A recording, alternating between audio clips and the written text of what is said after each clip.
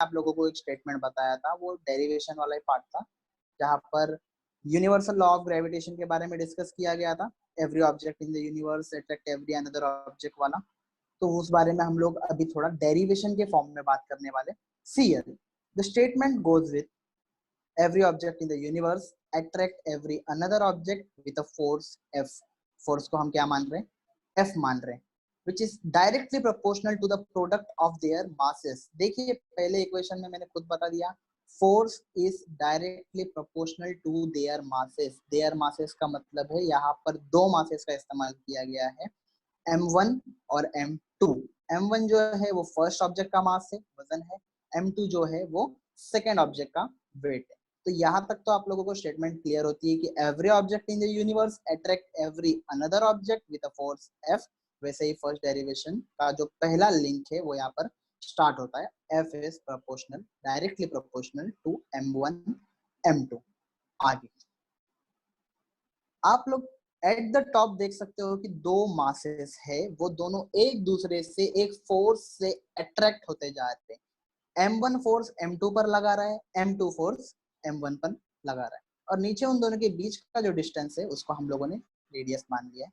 And go through करेंगे इसके आगे, and was inversely proportional to the square of the distance between them और their centre. या तो उन दोनों के डिस्टेंस का स्क्वायर कर ले, उन ऑब्जेक्ट के डिस्टेंस का, या तो उनके सेंटर से लेकर दूसरे सेंटर तक के डिस्टेंस को हम लोग इनवर्सली प्रोपोर्शनल कर ले।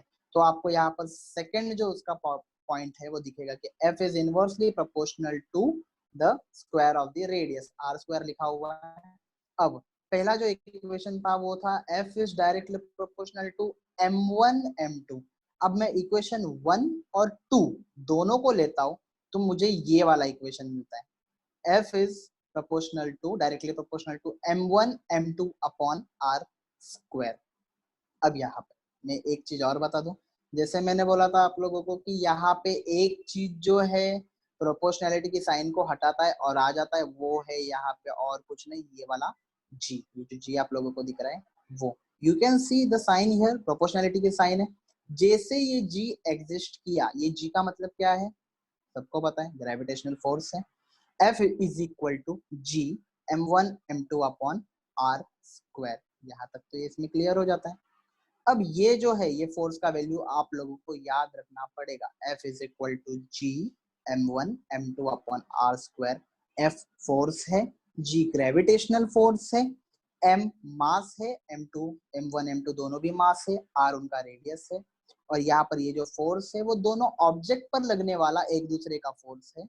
G ग्रेविटेशनल फोर्स है, और जो R है उन दो ऑब्जेक्ट के बीच का रेडियस है, उन दोनों के बीच का डिस्टेंस भी बोल सकते हो, जो कि यहाँ पे बताया गया है। आप लोगों को स्टार्टिंग के लाइन में आपको दिख सकता है वो चीज।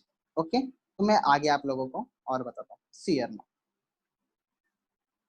जैसे मैंने यहाँ पर बस फोर्स की बात की, वैसे इस फोर्स का हम लोग ग्रेविटेशनल फोर्स भी निकाल सकते हैं। आपको कुछ नहीं करना होगा, ये रेडियस है उसको यहाँ पर भेज दो, इस रेडियस को यहाँ पर भेज दोगे आप लोग, दैट्स इट। तो F R स्क्वायर हो जाएगा upon M1 M2, that's it. Gravitational force तो आप लोगों को यहाँ से निकल जाएगा। दोनों फॉर्मूले याद रखना कि जो फॉर्मूला आपको काम आने वाला है वो फॉर्मूला यहाँ का ये येलो वाला फॉर्मूला, ये सॉरी येलो बोल रहा हूँ मैं आपको, फोर्थ वाला जो फोर्थ दिख रहा है वो वाला F is equal to G M1 M2 upon R square वाला फॉर्मूला है। अब ऐसा unit as I said last lecture में भी आप लोगों को बताया था, न्यूटन मीटर स्क्वायर पर केजी स्क्वायर उसका ऐसा यूनिट होगा। और ये चीज इट वाज डिस्कवर्ड एक्सपेरिमेंटली, इसको एक्सपेरिमेंट करके बनाया गया है by Henry Cavendish. Okay sorry Cavendish है वो।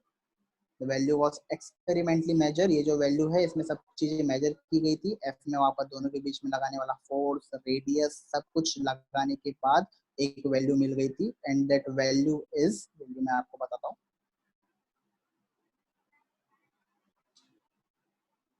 सीयर 6.673, जिसको मैंने लास्ट लेक्चर में 6.67 बोला था। आप लोग जब भी न्यूमेरिकल्स को सॉल्व करेंगे you will take 6.67 into 10⁻⁻11 Newton metre square पर केजी स्क्वायर। ओके, तो यहाँ पे आप लोगों का पहला Newton universal law of gravitation clarify होता है। दूसरी चीज मैं आप लोगों को यहाँ पे बता दूं, सेंट्रीपिटल फोर्स के बारे में बात कर रहे हैं हम लोग। यहाँ पर किसके बारे में बात करेंगे? Centripetal force. लास्ट टाइम मैंने आप लोगों को एक एग्जांपल के थ्रू बताया था कि आप लोगों को एक थ्रेड लेना है, रस्सी ले लेनी है, उसके लास्ट एंड के ऊपर एक स्टोन बांध लेना है, उस रस्सी को अपने हाथ में पकड़ करके घुमा लेना चाहिए ऐसा, और जब तक आपके हाथ में वो रस्सी है तब तक वो छूटेगी नहीं। जहाँ पर मैं सेंटर सीकिंग की बात कर रहा था, सेंट्रीपिटल फोर्स यानी वो फोर्स जो सेंटर में एक्ट करता है। तो सेंट्रीपिटल फोर्स को हम लोग फिर से एक बार पढ़ लेते हैं। सेंट्रीपिटल फोर्स का सिंपल सा मतलब होता है सेंटर सीकिंग। क्या होता है? Centre seeking. अगर कोई भी फोर्स एक्ट कर रहा है किसी भी ऑब्जेक्ट पर और वो ऑब्जेक्ट अगर सर्कुलर मोशन में घूम रहा है तो उसका पूरा का पूरा फोर्स उसके सेंटर में एक्ट होगा और वही फोर्स को हम लोग सेंट्रीपिटल फोर्स कहते हैं। ओके, फर्दर मैं साइंटिस्ट के बारे में बात कर लेता हूँ। यहाँ पे great scientist sir Isaac Newton, उनके कॉन्ट्रीब्यूशंस ध्यान लो एक बार। उन्होंने सबसे पहले लॉज ऑफ मोशन बनाया, फिर इक्वेशंस ऑफ मोशंस बनाया, थ्योरी ऑफ ग्रेविटी बनाई, और ये सब चीजें उन्होंने अपनी एक बुक प्रिंसिपिया के अंदर लिख दिया है। ओके, तो यहाँ से आप लोगों को प्रिंसिपिया इस बुक के बारे में भी पता चल जाता है कि न्यूटन ने अपने एक बुक में कुछ चीजें लिखी थी। Okay, let us go further. अब मैंने जैसे केपलर के 3 लॉ के बारे में बात किए थे, जोहानस केपलर के बारे में बात किया था। अब ध्यान दो अच्छे से, जब वो टाइम था, मतलब कब, बहुत पहले का time, it would be 16th century के टाइम पर क्या होता था, लोग प्लेनेट को ऑब्जर्व करते थे अपने नेकेड आइज के थ्रू। ओके, आप लोगों ने गैलीलियो का नाम तो सुना होगा। गैलीलियो ने टेलीस्कोप बनाया था, यस ऑब्वियसली। तो फिर केपलर ने कुछ कुछ चीजें नोटिस की और उन्होंने प्लेनेटरी मोशन को एज एन टॉपिक लेते हुए उन्होंने अपने 3 लॉस को बनाए। ओके, जिसे हम लोग planetary motion, Kepler's law of planetary motion भी कहते हैं। ओके, तो केपलर्स लॉ की स्टडी हम लोग सी कैसे करते हैं। पहला जो लॉ है, the orbit of the planet is an ellipse with the sun at one of the foci. Last time मैंने आप लोगों को दिखाया था एक इमेज जिसके अंदर आप लोगों को कोण लेने बोला था और उसको फिर मैंने कट करने बोल दिया था इंक्लाइंड प्लेन पर। सिमिलरली वही चीज देखो, यहाँ पर मैंने फोकाई को फोकस भी नाम दिया हुआ है। फोकाई और फोकस दोनों एक ही चीज होती है। अब देखिए एलिप्स कैसे किया हुआ है। It is a curve obtained when a cone is cut by an inclined plane। देखिए आप लोग इस कोन को देख पा रहे होंगे कि कैसे वो एक इंक्लाइंड प्लेन पर कट किया गया है, और इन द सेंस वहां पर जो गोल पार्ट आप लोगों को दिख रहा है, दिस सर्कुलर पार्ट, यहाँ पर वो एलिप्स है। यहाँ पर जो गोल पार्ट है वो, यहाँ पर ये जो चीज है वो आपका एलिप्स है। ओके, नाउ फर्दर केपलर का सेकंड लॉ बोलता है the line joining the planet and the sun sweeps equal area in equal interval of time. आप सभी लोगों को पता था उस इमेज में sun was at this centre seeking था तो उसको सन मान लिया था, और सन को हम लोग सेंट्रीपिटल फोर्स के एज एन एग्जांपल यूज कर सकते हैं, because you all know planet sun के पास रिवॉल्व करते हैं। तो सिमिलरली जो लाइन सन और प्लेनेट को जोड़ती है वो एक टाइम पर बस एक ही प्लेनेट को स्वीप नहीं करती, बाकी जितने भी प्लेनेट है उन सभी को एक साथ स्वीप करता है। ओके, मतलब लेते हुए चलता है। ये उसके सेकेंड लॉ में बताया गया था। केपलर का third law, the square of the period of revolution around the sun is directly proportional to the cube of the mean distance between a planet from the sun। अब देखो यहाँ पर period of revolution को T मानेंगे, distance को are मानेंगे, और मैंने आप लोगों को पहले भी बताया था T square proportional to R cube का इस्तेमाल करना है आप लोगों को। सी यहाँ पर प्रोपोर्शनलिटी की साइन चेंज हो जाती है। जैसे वहां पर यूनिवर्सल ग्रेविटेशनल कांस्टेंट में प्रोपोर्शनलिटी की जो साइन थी वहां पर जी आ गया था, वैसे ही जब हम केपलर की स्टडी करते हैं वहां पर कांस्टेंट के लेते हैं। तो you can see T square proportional R cube यहाँ पर दिख रहा है आप लोगों को, T square is proportional to R cube. In the same way वहां पर प्रोपोर्शनलिटी चली गई और वहां पर इक्वल साइन आ गया, पर यहाँ पर एक चीज हो गया था, मैं बता रहा हूँ आप लोगों को। केपलर ने ये लॉ को सिंपल फॉर्म में किया था, उसने प्लेनेट का पोजीशन का स्टडी अर्थ पर रह करके ही देखा था और उसका रेगुलर ऑब्जर्वेशन करता रहा और फिर जाकर के ये 3 लॉ बनाया। सोचिए कितना थिंकिंग कैपेबिलिटी थी केपलर की कि वो यहाँ पर रह करके प्लेनेट को ऑब्जर्व करते थे और वहां से उन्हें ये 3 लॉ बनाने को मिल गया था। Okay, so let's go further now.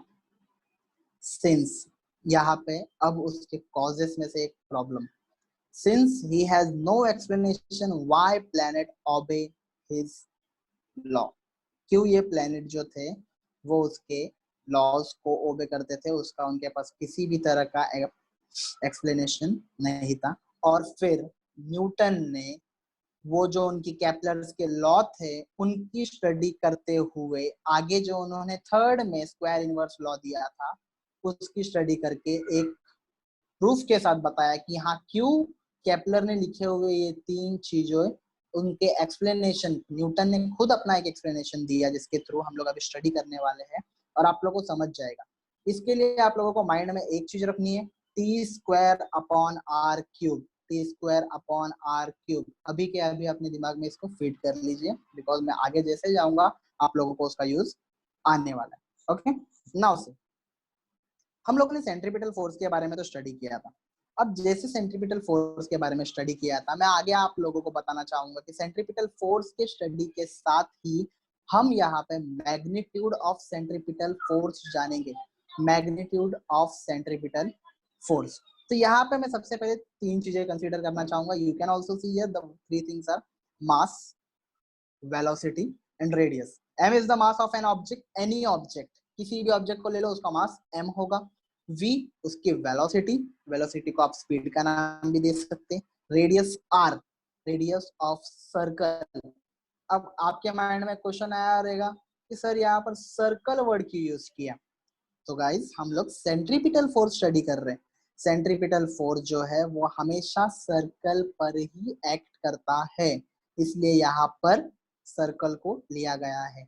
Now that is one question, अगर एक ऑब्जेक्ट एक सर्कल के फॉर्म में रिवॉल्व कर रहा है, अगर कर रहा है कोई भी ऑब्जेक्ट सर्कल के फॉर्म में रिवॉल्व कर रहा है तो उसका सर्कमफेरेंस लिया जाता है। The circumference of the circle is obviously 2 pi r, circumference of the circle is 2 pi r, उसकी चीज भी अभी हम लोग आगे लेने वाले।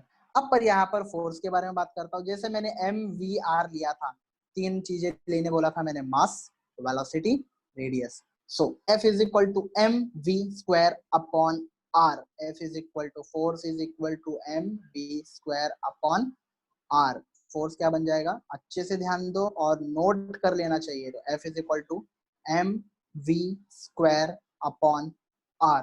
ओके, तो चलिए फिर से अभी थोड़ा सा 9th स्टैंडर्ड पे फोकस कर लेते हैं। याद है फॉर्मूला स्पीड का, speed is equal to distance upon time. Okay, अब यहाँ पे मैं इसका यूज क्यों कर रहा हूँ अच्छे से आप लोगों को पता चल जाएगा। ओके, अब मैं बात करता हूँ कि जैसे अर्थ है तो अर्थ के पास समझो कि कोई प्लेनेट है या फिर सन को ही मान लेता हूँ, या तो फिर मैं अर्थ के पास मून को रिवॉल्व करा रहा हूँ। तो वैसे ही अगर अर्थ के पास मून रिवॉल्व कर रहा है तो उसका सरकमफेरेंस भी क्या हो जाएगा 2 पाई आर हो जाएगा। क्या हो जाएगा 2 पाई आर। तो यहाँ पे देखो सरकमफेरेंस को मैंने ले लिया है 2 पाई आर और स्पीड तो पता ही है, डिस्टेंस अपॉन टाइम जो होता है वो आपका स्पीड होता है। So let us consider further now। आगे मैं डेरिवेशन डिराइव कर रहा हूँ, ध्यान देना है इस डेरिवेशन को डिराइव करते हुए, आप लोगों को समझ जाएगा किस वे में कर रहा हूँ। सी ये प्लेनेट और सन की बात कर रहा हूँ मैं अभी। Can you see the planet P, sun S, और उन दोनों के बीच का जो डिस्टेंस है it is none other than the radius, because वो प्लेनेट सर के पास, सन के पास पूरा सर्कुलर फॉर्म में रिवॉल्व करेगा। अब टाइम टेकन, जो भी टाइम लगेगा उसको रिवॉल्व करने के लिए, उसको हम पीरियड ऑफ रिवॉल्यूशन बोलेंगे। व्हाट विल बी से period of revolution. Okay, now क्या होगा देखो अच्छे से, डेरिवेशन किस वे में चलता है। As I said speed is equal to distance upon time, और उसी का दूसरा चीज होता है velocity is distance travelled upon time. Speed हम लोग छोटे यूनिट्स में लेते और वेलोसिटी हम बड़े यूनिट्स के लिए लेते हैं। तो सीयर velocity is distance travelled upon time taken मिला। अब डिस्टेंस जो ट्रेवल की वो प्लैनेट सन के पास सर्कुलर फॉर्म में रिवॉल्व करने वाला है, तो you know it is 2 pi r, तो 2 पाई आर लेके करेगा। और टाइम टेकन यहाँ पर मैंने खुद बता दिया, time taken will be taken as capital T, that is period of revolution, और टाइम टेकन यहाँ पर ये भी आप लोगों को मिल गया। See here, now the first equation I get from here is force is equal to mv square upon r. Force is equal to what? mv square upon r. इससे पहले वाले में लिया था हम लोगों ने। अब यहाँ पे ध्यान दो, can you see this value of v? ये v का वैल्यू दिख रहा है आप लोगों को? देखो मैंने यहाँ के v में ये जो ये v है, यहाँ पर मैंने उस वैल्यू को सब्स्टिट्यूट कर दिया है। Force is equal to m, v के जगह पे मैंने यूज किया है 2 पाई r upon t bracket close square, क्योंकि m v स्क्वायर था, upon radius r, upon r ले लिया है। ओके, नाउ अब मैं स्क्वायर करने जा रहा हूँ। स्क्वायरिंग तो आप लोगों को आती है। मैंने f का f सेम लिख लिया, ये मास सेम टू सेम लिख लिया। उसके बाद 2 का स्क्वायर होता है 4, shall we take 4, here it is 4। Pi का स्क्वायर होता है पाई स्क्वायर, आर का स्क्वायर होता है आर स्क्वायर। तो आपको ये ऊपर वाली लाइन तो क्लेरिफाई हो गई होगी। m इंटू 2 का स्क्वायर 4 इंटू पाई का square pi square into R का square R square, upon you can see यहाँ पर एक t भी है, तो t का स्क्वायर भी हो जाएगा t स्क्वायर, हम लोगों ने उसको भी कंसीडर कर लिया। The whole upon r as it is रह जाएगा। तो आपको पता है अगर मैं इसको इन्वर्स करूंगा तो ये वाला r और ऊपर वाला r का स्क्वायर जो था वो एक कट जाएगा। तो सीयर एक ये चीज और एक ये चीज कट चुकी है। We get what? f is equal to 4m pi square r upon t square. आप लोगों को एक इक्वेशन यहाँ पे मिल गया है पूरा क्लियर करने के बाद। अब यहाँ पर क्या लिखा है? Let's multiply and divide. जो आपको इक्वेशन दिख रहा है उसको हम लोग मल्टीप्लाई भी करेंगे और डिवाइड भी करेंगे विथ आर स्क्वायर। जैसे हम यहाँ पे मल्टीप्लाई करेंगे आर स्क्वायर से, तो ये आर आर क्यूब बन जाएगा। यू कैन सी हियर, यहाँ पर वो आर क्यूब बन गया है। और जो टी स्क्वायर था, क्योंकि मुझे डिवाइड भी करना था आर स्क्वायर से, तो टी स्क्वायर के नीचे क्या आ गया? यस, आर स्क्वायर आ गया। तो यहाँ पे तो आप लोगों को इतनी चीजें क्लियर हो जाती है। आगे मैं गो थ्रू कर रहा हूँ, उससे पहले ध्यान देना अच्छे से कि किस वे में गो थ्रू होने वाला है। ओके, नाउ से अब यहाँ पे आप लोगों को f इज इक्वल टू जो फोर्थ इक्वेशन है 4m pi square r cube upon t square the whole upon r square मिल गया। अब जैसे मैंने लास्ट इसमें आप लोगों को बताया था कि मैं यहाँ पे पिछला केपलर के लॉ से कुछ चीज याद रखने बोला था मैंने, तो वो याद रखने वाली चीज को आप लोगों ने याद रखा होगा hopefully. T square upon R cube जिसको लेने बोला था वो इस वाले इक्वेशन में आप लोगों को दिख पा रही है। Can you see it? T square R cube. हाँ, पर आप लोग सोच रहे होंगे कि सर ने तो T square upon R cube बोला था, पर यहाँ पर R cube upon T square है। तो केपलर के लॉ के हिसाब से अगर T square upon R cube K का वैल्यू है तो R cube upon T square 1 upon K का वैल्यू हो जाएगा, मतलब वो उल्टा हो जाएगा। You can see here. Okay, अगर यहाँ पे k is equal to T square upon R cube होता है तो R cube upon T square उल्टा हो जाएगा।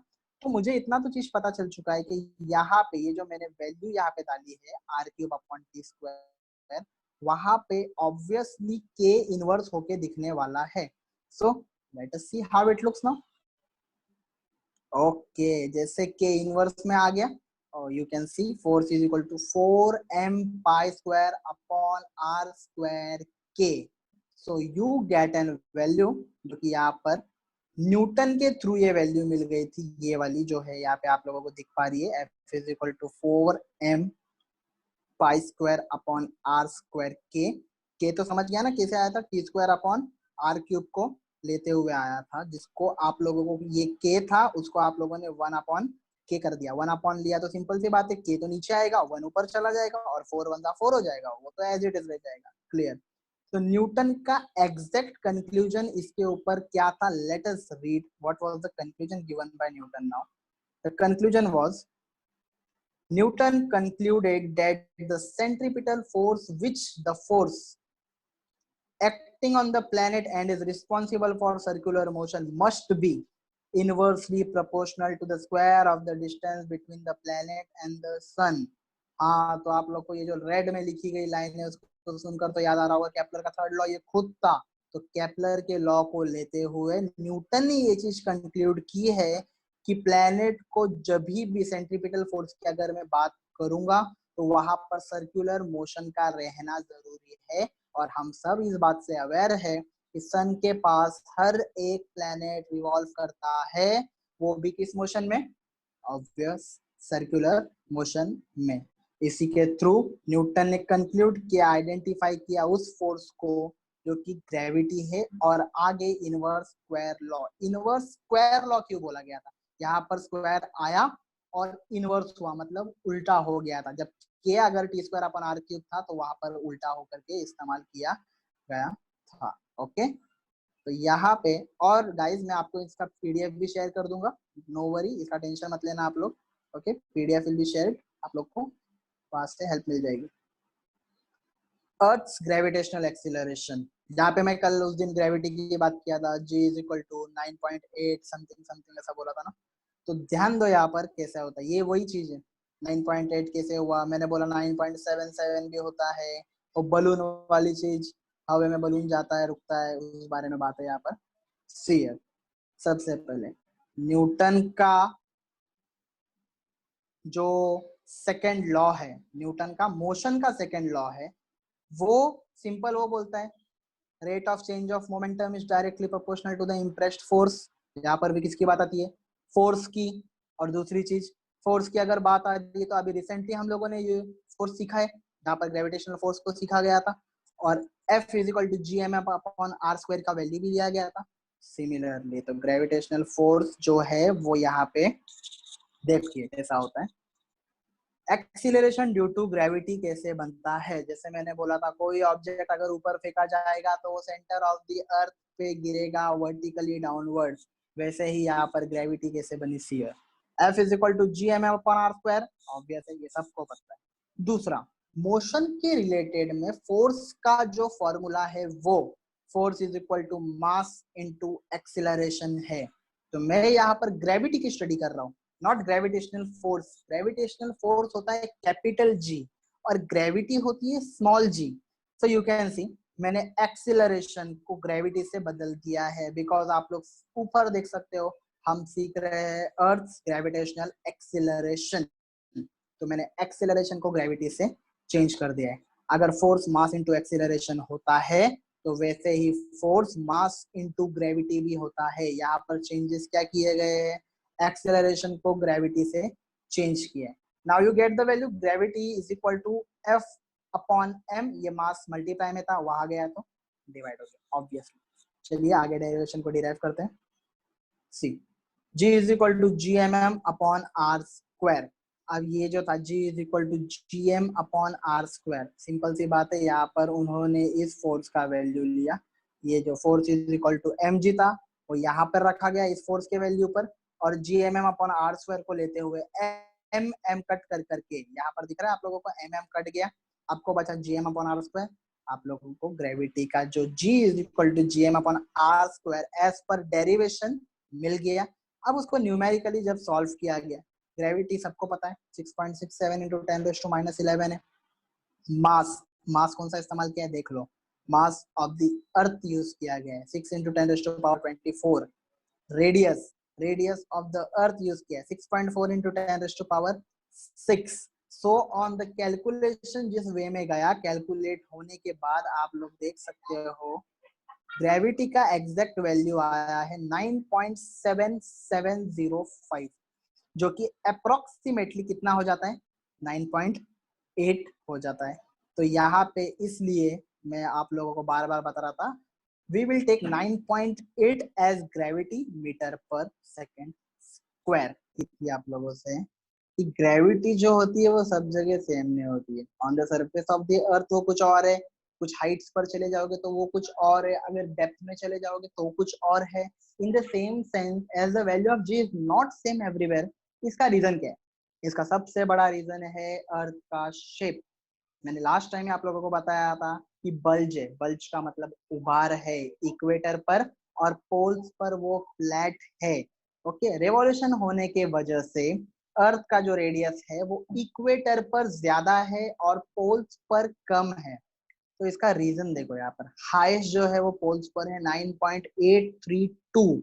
नॉर्थ एंड साउथ पोल का अगर रिगार्डिंग में बात करूं, if I talk regarding north and south pole, वो 9.832 मीटर पर सेकंड स्क्वायर लेता है, और लोवेस्ट जो है वो इक्वेटर पर है 9.78 है।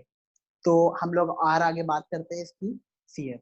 अगर मैं हाइट को लेकर के बात करूं, तो जैसे जैसे हम लोग अर्थ के सरफेस से ऊपर उठना चालू करते हैं, तो G is equal to GM/r² जो हमारी ग्रेविटी है, तो यहाँ पर हमारा रेडियस बढ़ना चालू हो जाएगा। याद है वो चीज, 6400 किलोमीटर है, उसके ऊपर मैंने 40 किलोमीटर एक प्लेन उड़ाया, मैंने उसको ऐड कर लिया था, याद आ रहा है कुछ? हाँ, वही चीज, G is equal to GM/r², ये इंक्रीज होते चले जाता है। और एक चीज, सबसे मेन बात याद रखना, जब जब रेडियस बढ़ेगा, जब जब रेडियस बढ़ेगा ग्रेविटी घटेगी। जब जब रेडियस बढ़ेगा ग्रेविटी घटेगी विथ रिस्पेक्ट टू हाइट। ये बस हाइट के लिए सीमित है। अगर मैं डेप्थ की बात करता हूँ, तो हम लोग जैसे जैसे अर्थ के सरफेस में नीचे जाते हैं, तो रेडियस जो होती है वो डिक्रीज होना शुरू हो जाती है। तो यहाँ पर हम लोग क्या बोलते रहेंगे कि रेडियस कम हो रही है, इसका सिंपल सा मतलब है ग्रेविटी बढ़ेगी।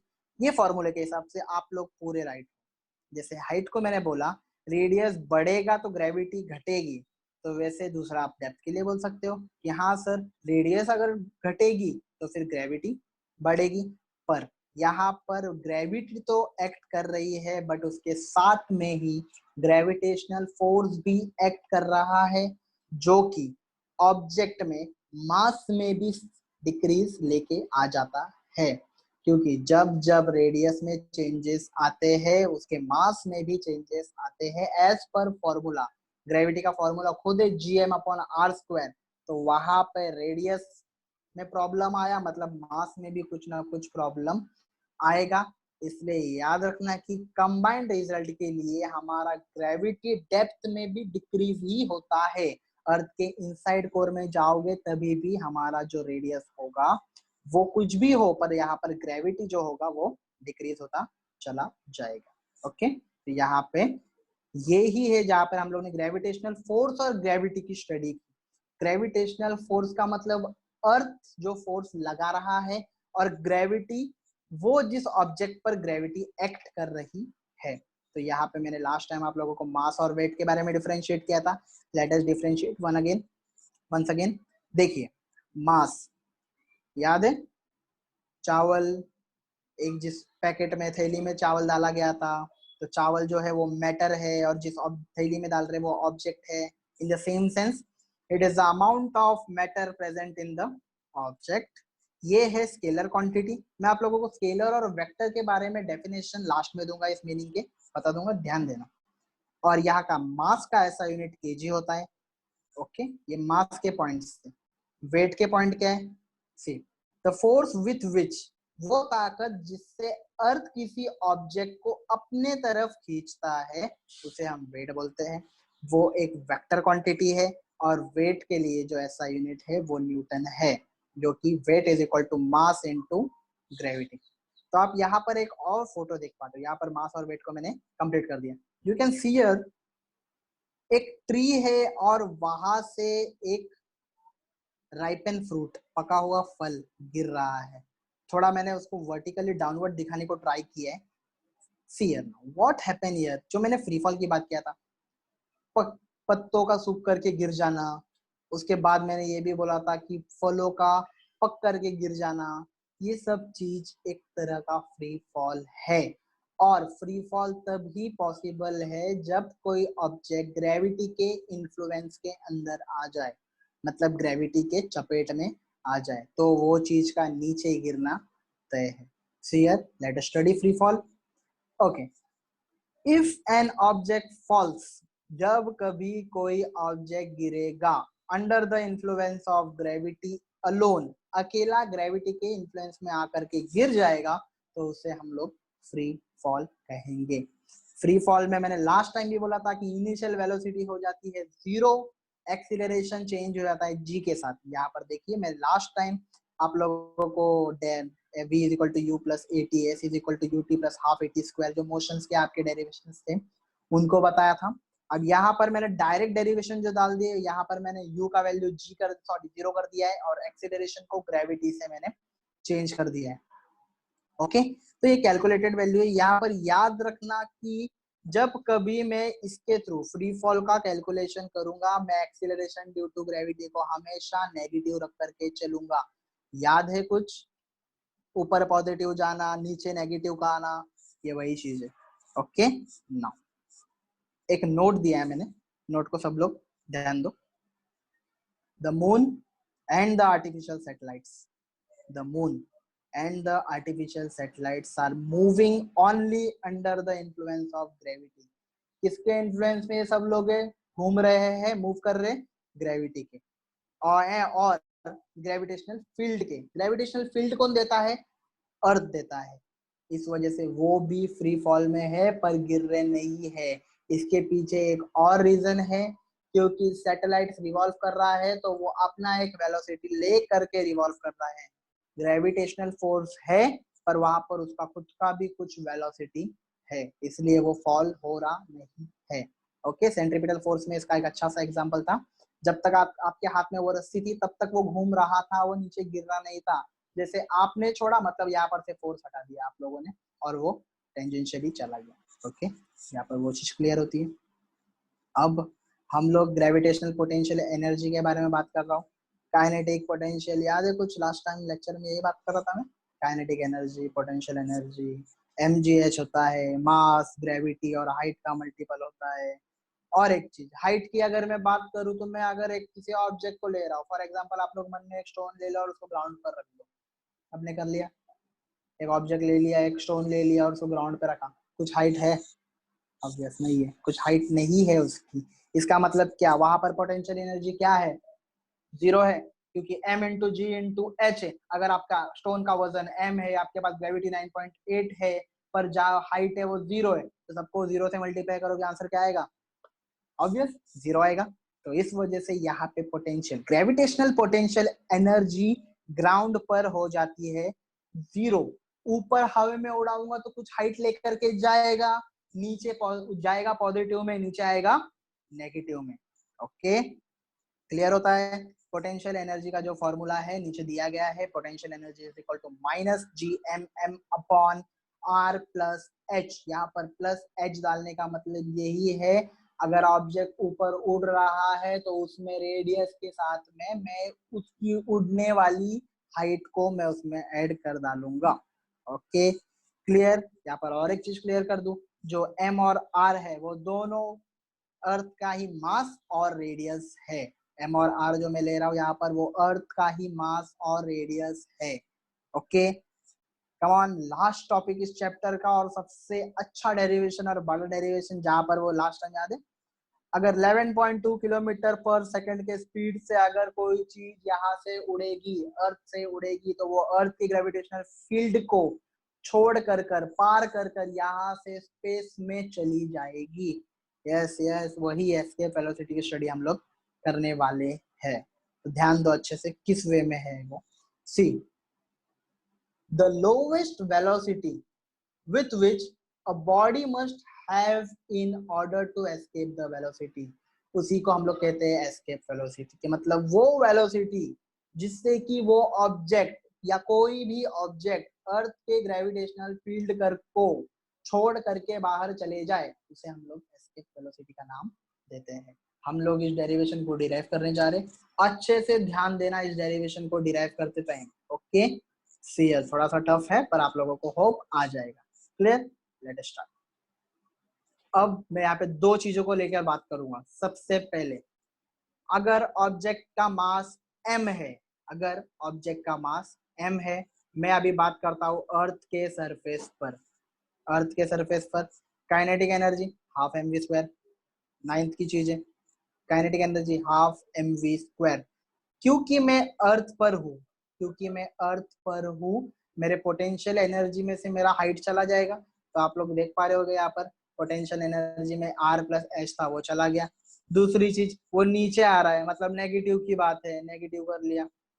अगर मैं इन दोनों एनर्जी को टोटल कर दूं, मतलब kinetic energy plus potential energy, तो क्या हो जाएगा, energy 1 is equal to kinetic plus potential, तो हाफ एम वी स्क्वायर लिया, चलो ले लिया, प्लस माइनस माइनस वो भी हो गया। Okay, G M M upon R, चलो पहला इक्वेशन यहाँ पे मुझे मिल गया। क्लियर होता है मेरा पहला इक्वेशन क्या है, my first equation here given is none other than E1 is equal to half M we square minus G M M upon R, ये मेरा फर्स्ट इक्वेशन है।